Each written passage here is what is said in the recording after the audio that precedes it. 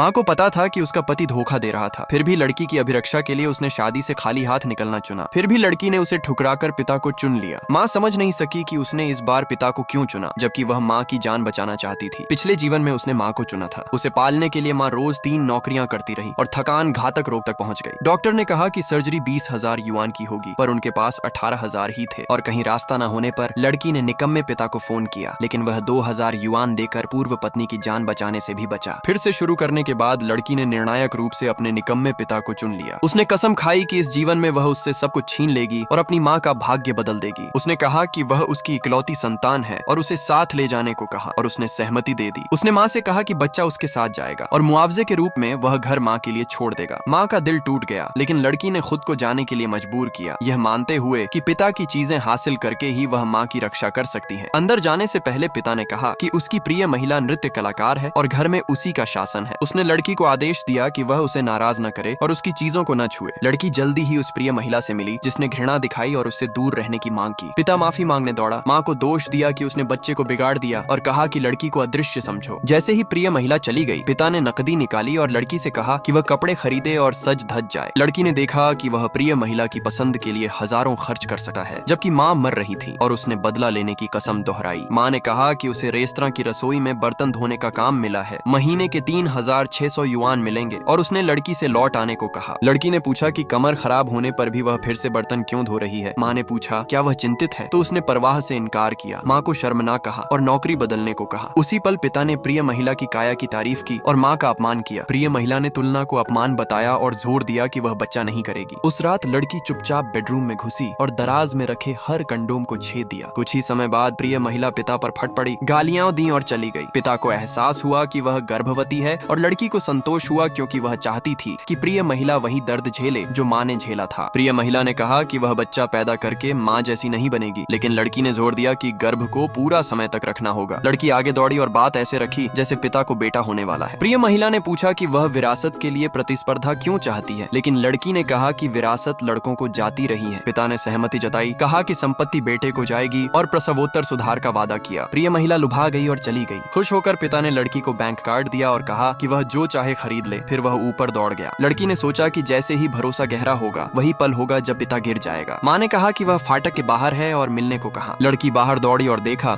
कि माँ फल और नए कपड़े लाई हैं और नकदी दिखाकर कहा कि यह नई तनख्वाह है। माँ ने कहा कि उसने नौकरी बदल ली है और वह कभी उसको शर्मिंदा नहीं करेगी। लड़की को याद आया कि माँ सर्दियों में ठंडे पानी में बर्तन धोती थी, फिर भी उसके लिए दूध वाली चाय बनाती थी। उसका दिल कस गया और उसने वह कार्ड निकाला जो पिता ने अभी उसे दिया था। उसी क्षण पीछे से पिता की आवाज आई,